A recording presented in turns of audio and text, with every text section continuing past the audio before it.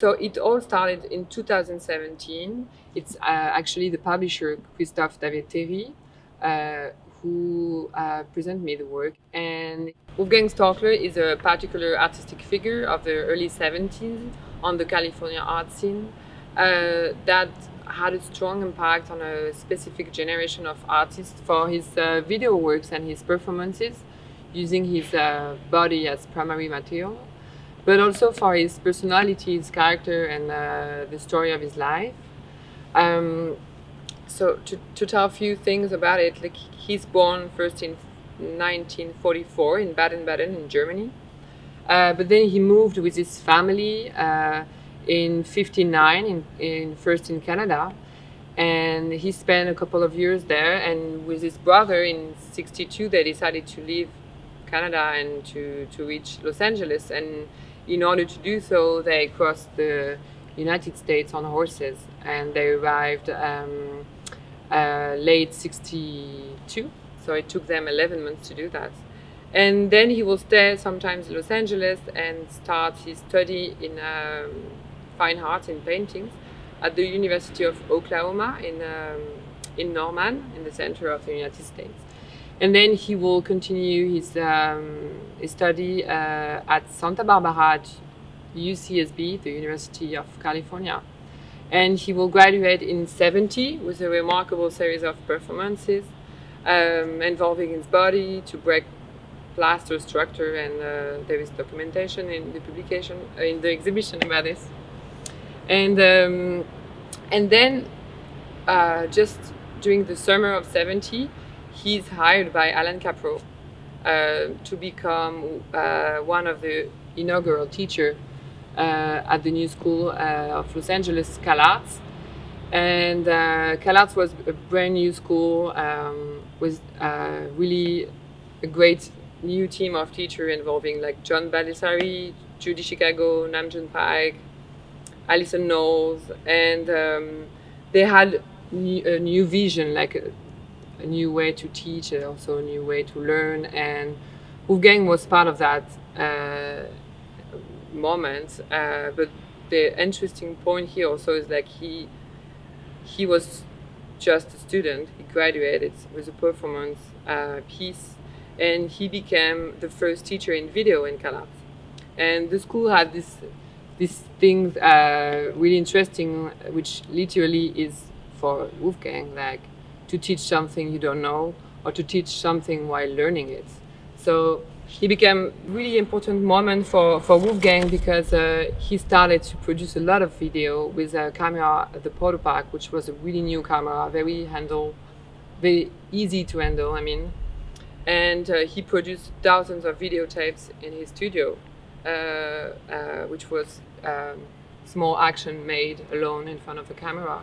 And he also performed a lot of pieces during that time in California. And so video and performance became really his signature. And then he left CalArts and he left Los Angeles. He wanted to explore a new scene, and he went to New York, which he thought would be better for his work and his practice, but it didn't work really well there. He spent only a year, and I found in some notes that like he didn't like the art world. He said it was corrupted and didn't feel really well there. And he was not producing a lot, beside one video that is also in the show, beautiful shoe turning. And so he sold all his equipment, he left New York, and he went to Mexico to practice Tai Chi, and he lived alone in a tent for several months. And he was meditating a lot, and a lot of people saying like he was not doing well and he was pursuing something, like he didn't know what, but he didn't feel that was in the art world that he could do that. And so for 2 years he didn't produce any new works.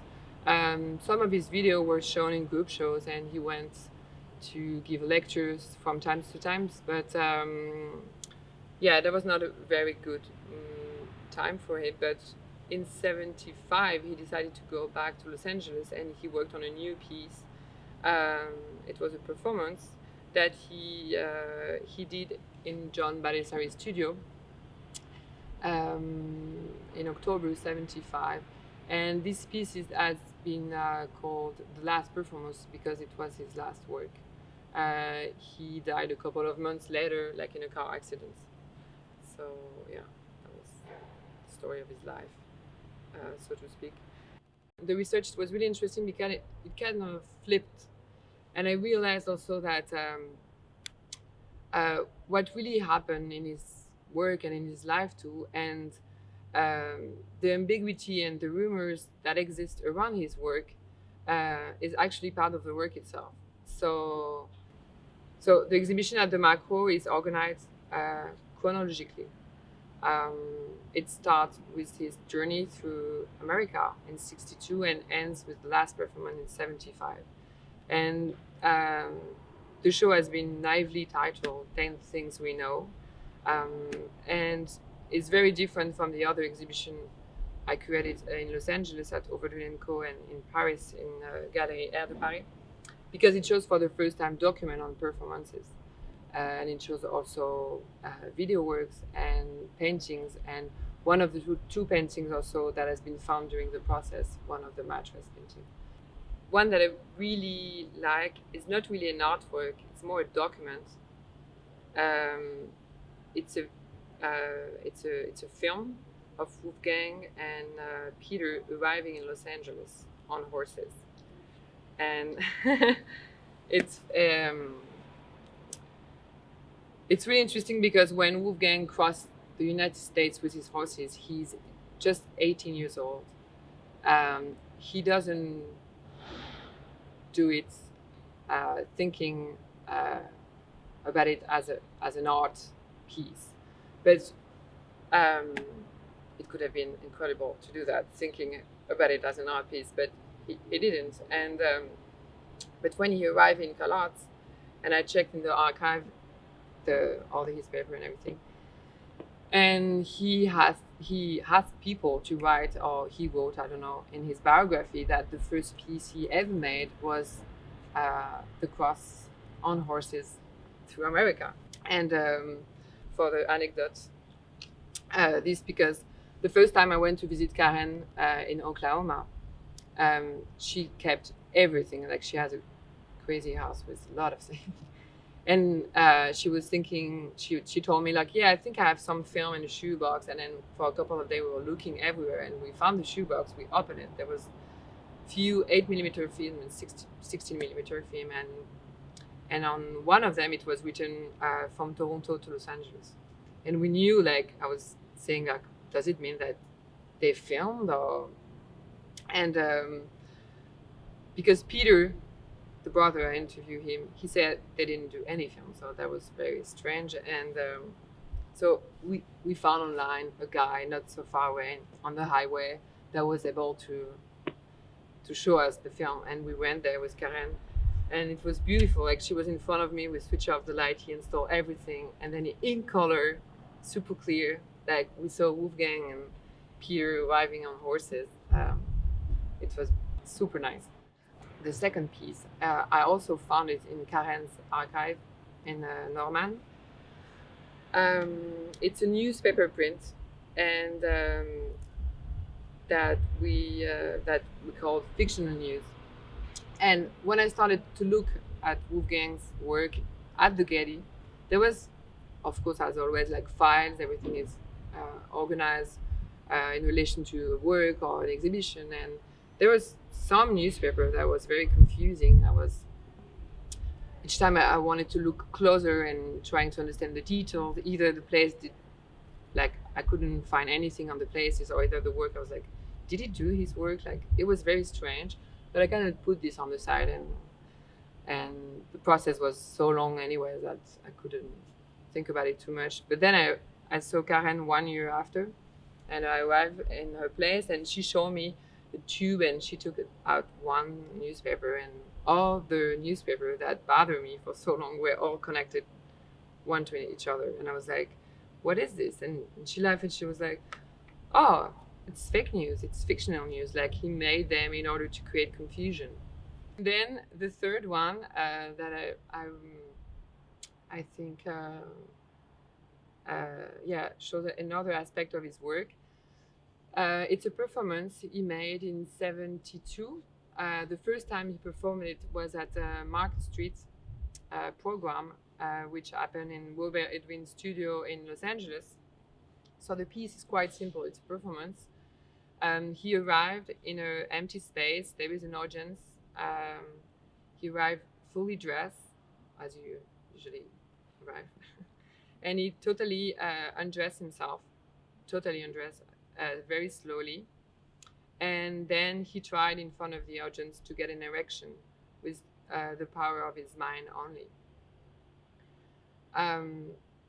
So to tell the end quickly, like it didn't work. He tried many times in Los Angeles and in New York too. So the piece was about trying to have power on your own body, obviously.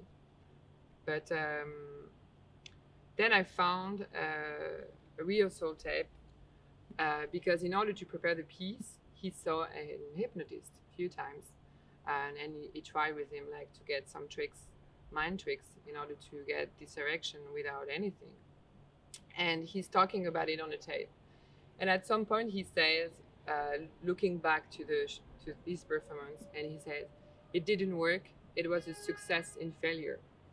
And yeah, to hear that was also really interesting, because I think you could also think about a piece as a raw, brutal, uncomfortable performance to assist and also to perform as an artist. But then you could reflect on the piece differently. And I interviewed David Saleh, who was one of his students at that time. And he said something really interesting about that piece, saying that the piece was about finding comfort in vulnerability.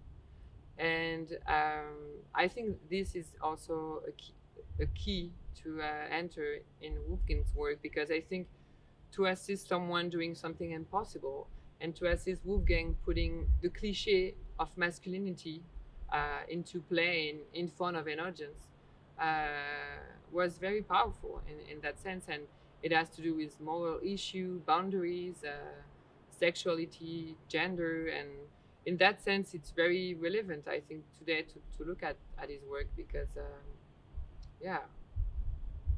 because for everything that it can create as reflection.